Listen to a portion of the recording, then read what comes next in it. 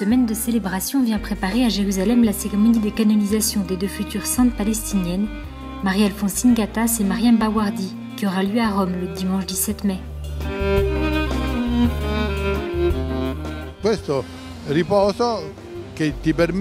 Ce repos qui vous permet de participer au temps, le Shabbat représente du temps, l'éternité du Shabbat, l'éternité de la création, c'est aussi le mystère de l'existence du peuple juif qui a perduré depuis des millénaires dans la diaspora. Che si è conservato per millenni anche nella diaspora. Le pape François nous rappelle que les miracles existent encore aujourd'hui, mais pour permettre au Seigneur de les accomplir, il faut une prière audacieuse, capable de surmonter ce quelque chose d'incrédule qui demeure dans le cœur de chaque homme, même dans l'homme de foi.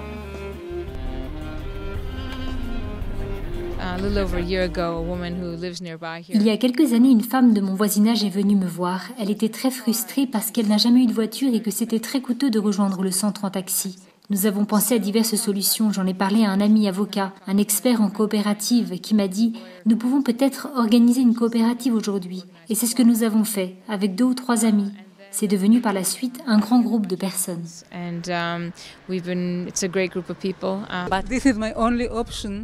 C'est l'unique possibilité que j'ai pour me déplacer dans la ville le week-end. Si je voulais aller rendre visite à quelqu'un pendant le week-end ou pendant les jours fériés, je devrais prendre un taxi spécial qui coûte très cher. Which costs quite a few money. Et les miracles nécessaires dans l'Église catholique pour la canonisation ont eu lieu. Ci sono, diciamo, 2 problemi. Uno di carattere di halakha. Halakha sarebbe la legge ebraica, diciamo. E un altro problema è legato. Il y a 2 problèmes. Un qui vient de la halakha, de la loi juive, et un autre problème lié à l'utilité de ce Shabbos pour les citoyens non juifs ou autres minorités arabes ou chrétiennes vivant à Jérusalem. Pour ce qui touche à la halakha, il faut dire que le projet est difficile à mettre en œuvre, car il implique des choses comme l'utilisation de l'argent, ce qui est interdit le samedi.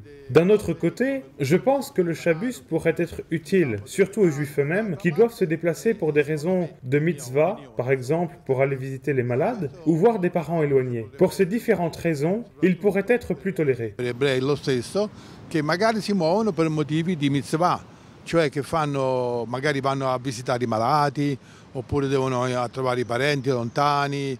Per questi motivi ci potrebbe essere magari una maggiore tolleranza. Il y a beaucoup de gens religieux qui nous soutiennent parce qu'il n'est pas interdit de conduire le samedi. Il y a une interdiction des transports publics, mais pour les gens qui veulent conduire, c'est mieux pour eux qu'il y ait des bus ou des minibus. Ce bus est fantastique parce que je n'ai pas de voiture, je peux aller nulle part le jour du Shabbat, sauf aux endroits où je peux aller à pied. Et comme vous pouvez le voir, j'ai 3 enfants et nous ne pouvons pas marcher bien loin. Ce bus est la seule façon de sortir pendant le Shabbat. J'espère qu'il y en aura de plus en plus pour que nous puissions aller à la plage le samedi.